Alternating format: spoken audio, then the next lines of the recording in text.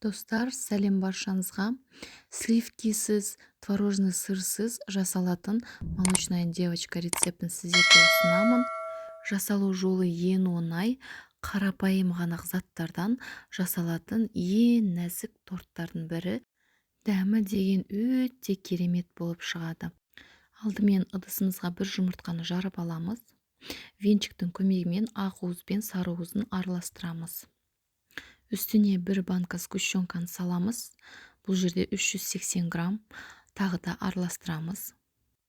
Менде мына жерде 450 грамм ұн. Соның үстіне бір шай қасық разрыхлитель салып араластырамыз. Ұнымыздың бір бөлігін массамызға салып, біркелкі болғанға дейін араластырамыз. Ұнымыздың қалған бөлігінде бірнеше бөлікке бөліп салып, араластырып, қоюланғаннан кейін қолымыздың көмегімен жұмсақ қамыр илейміз. Достар, сіздерде ұн көбірек немесе азырақ кетуі мүмкін. Барлығы ұндардың тығыздығына байланысты болады. Қамырымызды үстелдің үстіне салып, иі қанғанға дейін илейміз. Қолымызға біраз жабысыңқырап тұруы қажет. Енді бетін жауып 10-15 минутқа қойып қоямыз. Вақытымыз өтті. Ұзыншақтау қылып осылай жаямыз.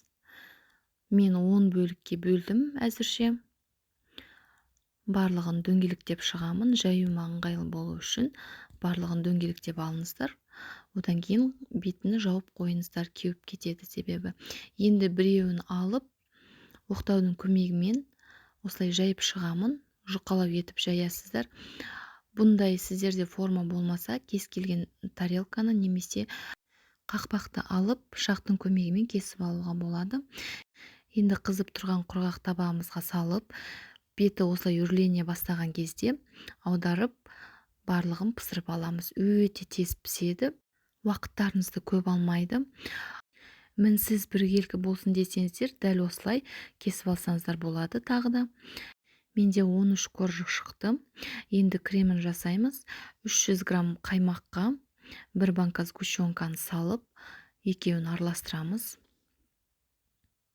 Енді тортымызды біріктіретін боламыз.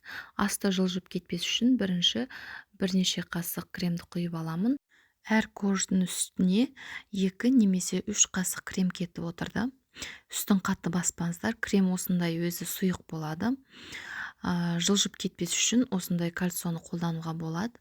Ең ақыр корждың үстіне барлық қалған кремді құйып, осылай тегістеп шығамын. Холодильникқа бір түнге қойып қойдым. Енді кальцомызды алып, шетіндегі крем барлығын тегістеп шықтым.